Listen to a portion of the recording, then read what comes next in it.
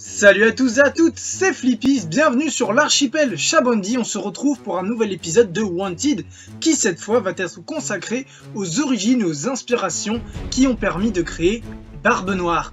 À l'attaque, Marshall D. Teach, aussi appelé Barbe Noire, est apparu dans le scan 223 pour la première fois, ce qui est relativement tard, sachant maintenant l'importance du personnage dans le manga, il risque d'être un des ennemis principaux des Mugiwara, et sachant également qu'il est porteur du Di.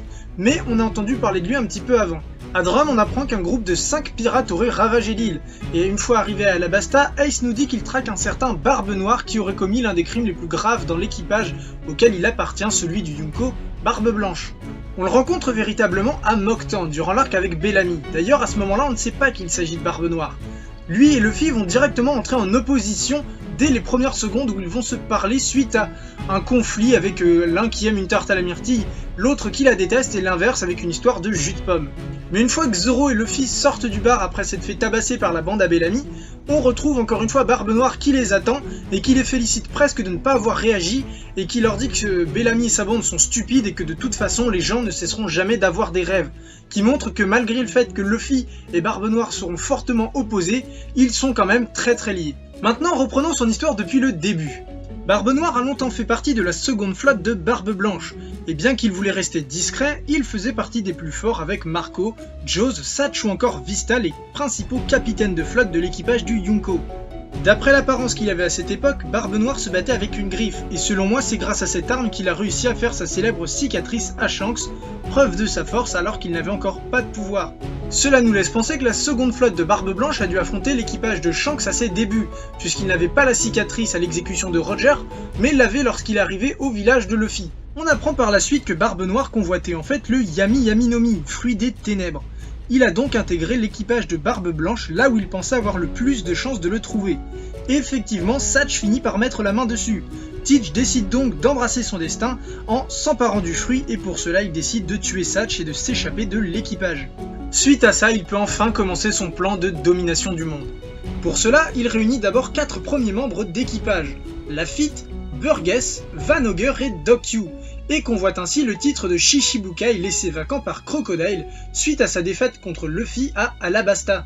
Il tente alors de capturer l'homme qui a vaincu cet ancien Shishibukai lorsqu'il le rencontre à Mocktown, Luffy, afin d'obtenir un ticket d'entrée dans cet ordre mondial. Il s'y prend malheureusement trop tard et Luffy réussit à s'échapper à l'aide d'une knock-up stream. On le revoit à Banaro où encore une fois il cherche à attraper Luffy qu'il sait cette fois à Water 7, un petit peu avant les événements d'Enies Lobby à ce moment-là.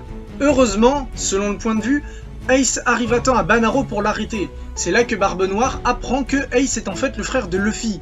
Et en grand croyant du destin, il se dit que ce n'est pas un hasard si à la place de tomber sur l'homme qui a battu Crocodile, il tombe sur son frère qui est en plus le second capitaine de la flotte de Barbe Blanche. Barbe Noire finit par battre Ace et le capture. Il le remet ensuite à la marine, obtenant ainsi son titre de Shishibukai, devenant au passage le premier à l'être sans prime, et cette capture sera également l'événement déclencheur de la terrible guerre de Marineford, opposant les forces du gouvernement mondial à celles du Yunko Barbe Blanche. Il profite de son titre de corsaire pour ouvrir la porte de la justice et accéder à Impel Down dans le but de libérer des prisonniers du level 6 alors que toute l'attention est portée sur Barbe Blanche.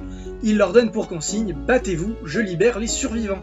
Là-bas, il va d'abord rencontrer Luffy, mais leur affrontement va être écourté suite au manque de temps dont dispose Luffy pour aller sauver son frère Ace. Il rencontre ensuite Shiryu de la Pluie, ancien directeur d'Impel Down, qui contre toute attente va décider de les sauver du poison et de se joindre à eux, leur permettant ainsi de survivre et de continuer leur plan de domination du monde.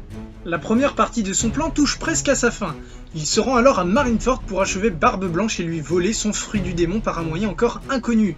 Il devient donc le premier personnage connu à cumuler 2 fruits du démon en même temps, le Yami Yami no Mi et le Gura Gura no Mi. Avant de se retirer, un futur affrontement s'annonce entre son équipage et celui de Shanks, et on remarque d'ailleurs une ressemblance entre les deux équipages qui sont directement opposés de par leur philosophie. Et pour vous le prouver, on peut remarquer qu'à chaque apparition de Barbe Noire, on voit également Shanks en parallèle qui tente de le contrer, que ce soit directement à Marineford ou par d'autres moyens durant l'arc de Water 7 lorsqu'il va à la rencontre de Barbe Blanche pour lui dire de ne pas engager une guerre contre Barbe Noire. Et si vous n'êtes pas encore convaincu, vous pourrez remarquer que sur chaque cover où il y a Barbe Noire, Shanks s'y trouve également.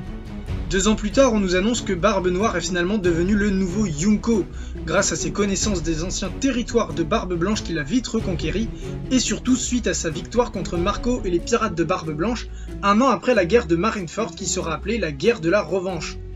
On apprend également qu'il possède 10 flottes, chacune commandée par un capitaine, Barbe Noire exclu, et qu'il chasse et tue tous les utilisateurs de fruits du démon qu'il rencontre. Il envoie d'ailleurs Burgess pour récupérer le fruit de Ace à Dressrosa. Je pense que je ne vous apprends rien si je vous dis que Barbe Noire a réellement existé et qu'il a fortement inspiré le Barbe Noire que l'on connaît si bien dans One Piece. Pour ne pas se perdre dans cette partie avec nos 2 Barbes Noires, on va appeler le véritable Barbe Noire, et celui de One Piece, si on a besoin d'en parler, on l'appellera Marshall D. Teach ou tout simplement Marshall, puisque Marshall du coup ne fait pas référence au vrai Barbe Noire. Barbe Noire, de son vrai nom Edward Teach ou Tatch, ou encore même Drummond, et là je vous avoue que c'est un petit peu moins glamour, est né selon les estimations vers 1680 et est mort en 1718. Pour l'anecdote, Tatch a donné le nom de Satch, 4e commandant de Barbe Blanche, qui est le premier dans One Piece à avoir surnommé Marshall D. Teach Barbe Noire. Les débuts de Teach sont méconnus avant 1716 où il devient le second du pirate Benjamin Hornigold, soit vers l'âge de 37 ans. Il devient capitaine indépendant à partir de 1717 où il se forgera cette fameuse réputation à cause de son imposante barbe noire qu'il laissait pousser à l'extrême. Durant ses heures de gloire, Barbe Noire naviguait à bord du Queen's Anne Revenge dont l'épave a d'ailleurs été retrouvée en 2011, avec lequel il organisera le blocus de Charleston, un de ses plus grands faits d'armes.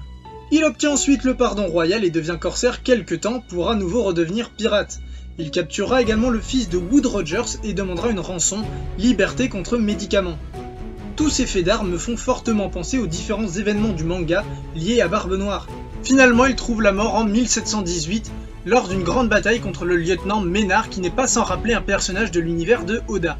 La bataille se termine par un duel entre les 2 hommes remporté par Ménard grâce à l'intervention d'un soldat qui poignarde Barbe Noire à la gorge.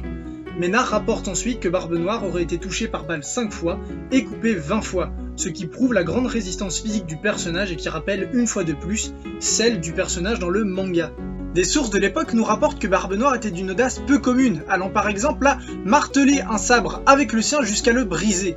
Et contrairement aux récits et légendes qui tournent autour du personnage, Barbe Noire n'était pas particulièrement cruel. Aucun témoignage ne nous montre qu'il aurait véritablement torturé des personnes. Il préférait éviter la violence et se servir des personnes comme monnaie d'échange plutôt que de les tuer. Cela nous montre bien que c'était un fin stratège réfléchi et pas un gros bourrin barbare comme dans certaines histoires. Plus qu'une simple inspiration du véritable Barbe Noire, Marshall D. Teach est la représentation du pirate romanisé des histoires de piraterie du 19e et du 20e siècle. Il est gros, sale, poilu, porte un tricorne, boit et mange en abondance et est également cruel et laid. Le parfait cliché de pirate. A noter que son drapeau ressemble beaucoup à celui du pirate Christopher Condent avec ses 3 crânes. Dans certaines théories, et notamment celle de One Piece Belgium dont le lien est dans la description, la ressemblance est même poussée jusqu'au dieu nordique Loki. Le dieu de la tromperie a été adopté par Odin. Il tuera l'un des fils de ce dernier par jalousie, mais est également un personnage d'une grande intelligence. Il volera également Mjolnir, symbole de la puissance de Thor, qui se rapproche pour moi au vol du fruit du démon de Barbe Blanche, symbole de sa puissance. Mais là encore, ce n'est qu'une pure interprétation. Voilà, cet épisode est à présent terminé, j'espère qu'il vous aura plu. Si c'est le cas, lâchez un j'aime, partagez la vidéo, abonnez-vous à la chaîne pour ne pas manquer les prochains Wanted et les théories. En parlant de ça, je vous invite à découvrir la théorie sur les nouveaux pouvoirs de Barbe Noire. Et nous, sur ce, on se retrouve pour la prochaine vidéo. On vous attend dans les commentaires, sur Facebook et sur Twitter pour pouvoir en débattre. Voilà, si vous avez d'autres inspirations du personnage de Barbe Noire qu'aurait pu utiliser Oda. Et sur ce, je vous dis salut à tous et à la prochaine.